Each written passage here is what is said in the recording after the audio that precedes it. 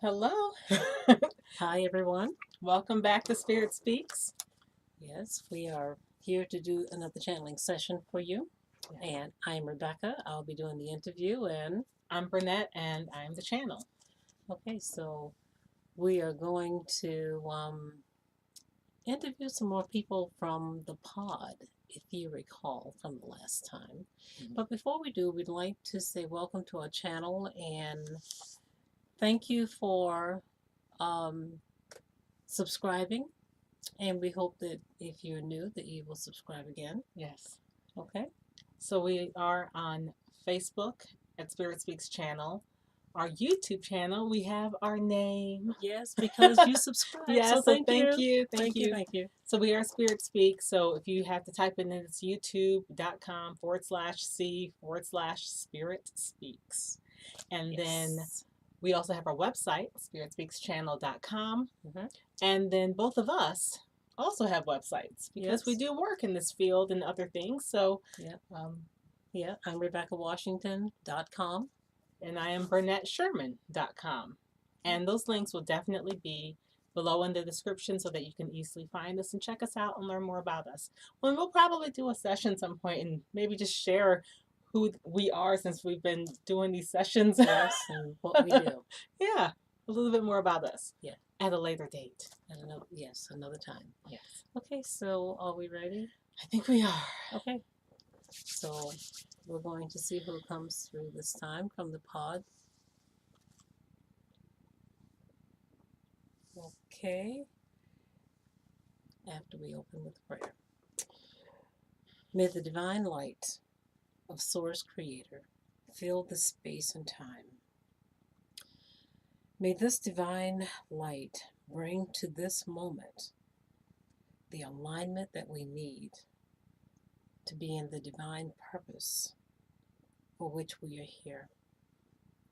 Let all that is said and done be done with love, truth, and understanding. And we are grateful for this opportunity.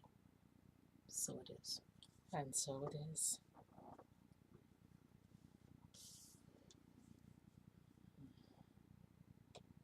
Okay, are we ready? We're ready. So who do we have? We have Cristoff.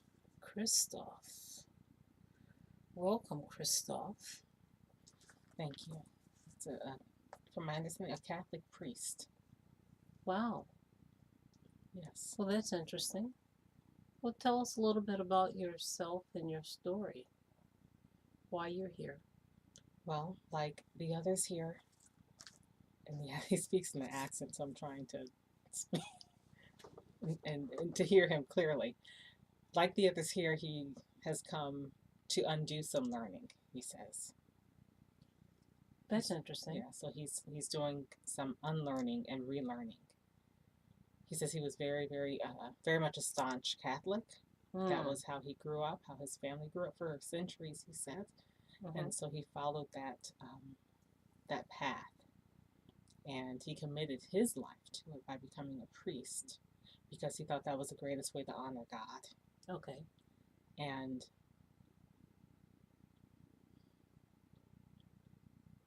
he says, okay, I'm asking him to slow down. He's here because he's having to unlearn some things and he's having to learn to speak up as well. Speak up. Speak up. He's saying that when he had opportunities to speak up on behalf of the weak, he did not always do so. He said most oftentimes he tried to just follow the status quo and keep the peace, and he didn't want to do anything that might sabotage the overall structure that he thought was very important, the overall structure in place that he felt was the Catholic Church, because he loved it. And it wasn't perfect, but he thought that all of the good outweighed the bad. And so he turned a blind eye to, he says, the issues of, he says the issues with children being abused. Okay. And so he's learning to be stronger in speaking up for those who may be weak or who may not have a voice, as well as understanding that speaking up does not compromise his faith. Correct. So that was something that he did not understand. He thought that he would not be as faithful if he questioned what was happening. But he had to separate, he says, I had to separate my faith from the religion, my faith and my relationship with God from a church. I had to learn that one was not necessarily equal to the other. So that is what you're learning now in the pod. That is what yes, I'm learning how to, more than just know it, how to live in that, how to be that. Without the conforms of the church. Is that what I'm understanding? No, I love the church. I did. It was not perfect, and it let things happen that it should not have, and I was a part of that. He says, but I have to learn that a church is a church. It is not God. Okay. My faith is in God. My faith should not be in a church. Okay. My relationship is with God. I serve that God through this church, but that church is not a substitute for God. Okay. So the church should not, the choices that you made while you were in that church should not have leaned more to what the church wanted, but what you should have been doing as far as what God would have wanted. Yes, that is, yes. Yes. My purpose was to serve God. Okay. And just for the benefit of others, that can be done without a church.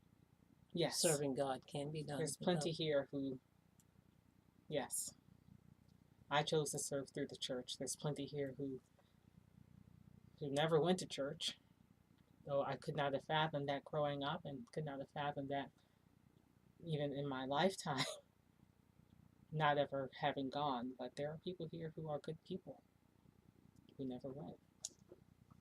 So, at this point in your life and existence, do you have any regrets about dedicating your life to the church? Not necessarily about dedicating my life to the church, but sometimes following that church blindly. You cannot allow yourself to be blinded by any institution. I should have always kept at the forefront my service to God, not my service to the church. The church is not God's proxy. The church is a church where you come together, you learn together, you grow together. There are teachers, but it is not God. And I committed myself to serving God. I did that through this church, but I allowed that church at times to become a proxy for God and to allow myself to be led along with the masses versus to be led by God. And that is regrettable, because there were people who I knew who were hurt by this church, and I refused to sacrifice my position, my reputation, and the status that I held. I refused to do that because I was so connected. It was how I got my sense of self. I was so connected with this body that I would not sacrifice it. And instead I sacrificed the children. And I can't undo that. And I've asked for forgiveness. And I sincerely hope that the children who I know were hurt have received and felt the forgiveness that I've been asking for. Because I know that I can't undo it in the physical sense. I cannot undo what has happened to them. but there's still healing that is possible because all things are possible True. through God, and I recognize that. That has not changed. But I did not speak up when I had the chance. Do you feel that was a part of your life contract to speak up for those children at that time? Since I've been told through my training here, it was not specific to that. Okay. Necessarily those children, speaking up for them, but one of my growth goals in this lifetime was to be a strong voice for God. Okay. And while I was a priest, and you do that in that capacity, what good is that if you're not truly living those principles? Suffer not the children. And I did not help them when I could. So I was not being that strong voice for God. We are representatives of God. Children are God's face in the world. And so if I'm supposed to be a strong voice for God, I'm supposed to be a strong voice for those children. That's how you can apply that in the living. And I did not. Because of,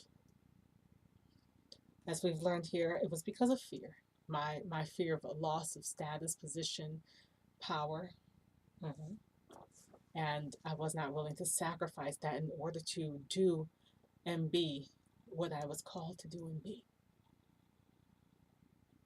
So, if by chance there are others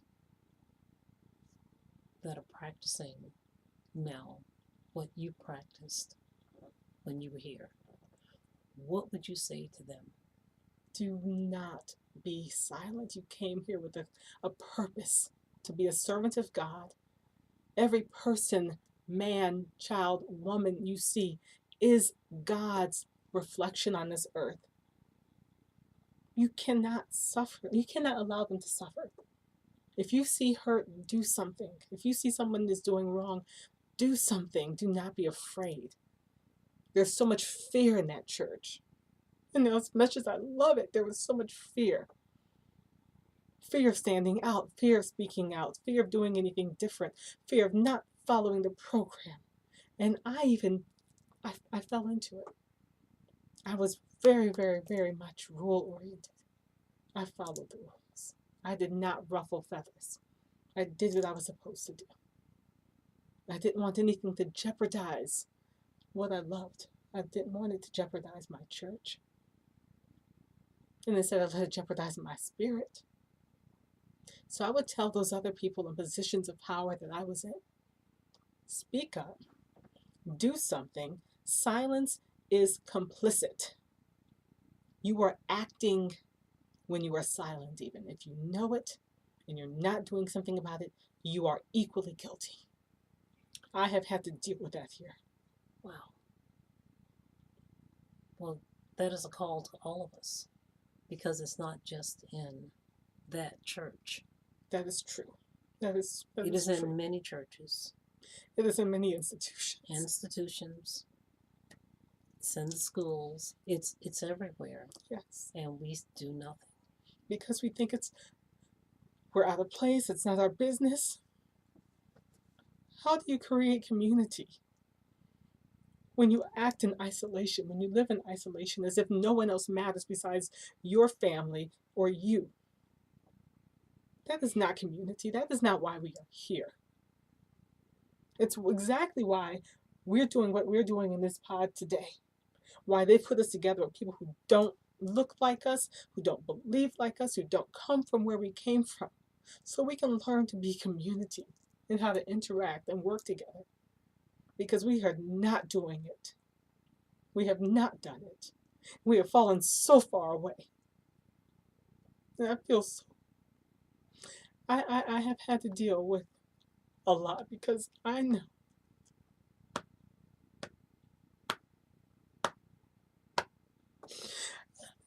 that I didn't do my part when I was there.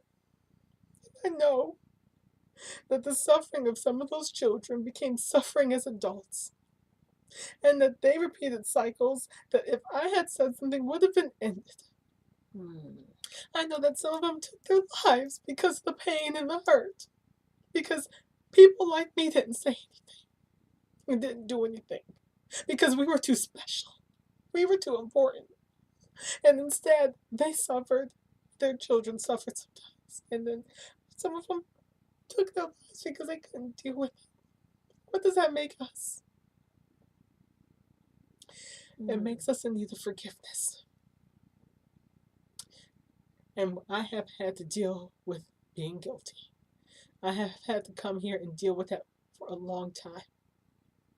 Because it's not easy. It is not easy. But I'm thankful and I'm grateful for this group. I'm thankful for this training. I'm thankful for this chance to make some things right. And I thank God that if I come back and I get to do this over and I get to be honored enough to be a voice of God again, I'll do it right. I'll do it right. Thank you. Thank you. Thank you for sharing and giving us the perspective from the other side. Because many of us, we have listened and we've heard, and because we were not a part of it, felt like it was removed from us, that it wasn't our church, it wasn't what we believed, that so we don't have a part, but we all have a part in that. When you allow something to happen, when you know it's wrong, yes, you play a part. Well, thank you for sharing. Thank you. So, and this goes to not just the Catholic Church. There are many churches, many institutions, many organizations that are turning a blind eye to things that are happening, and we all will be accountable. We all will be accountable. So I hope that you can hear Cristoff and the anguish and what he's had to learn. So thank you for sharing. I had to let him step back. Yes. Thank you for sharing. He's grateful for being able to share. He says thank you. All right. And I hope that that you'll be moving on soon. He says I have a lot of work to do when I come back. So he says he's got plans. Yeah. He's hoping to, when he gets to the next level, make some serious plans of making some, doing things differently when he comes back. He says he may wind up back in the same organization, but yeah, with a different purpose. Great. Awesome. Well, thank you so much. Thank you so much. Thank you. And with that, since he stepped back, we're going to close this session. May the healing be received by everyone in need.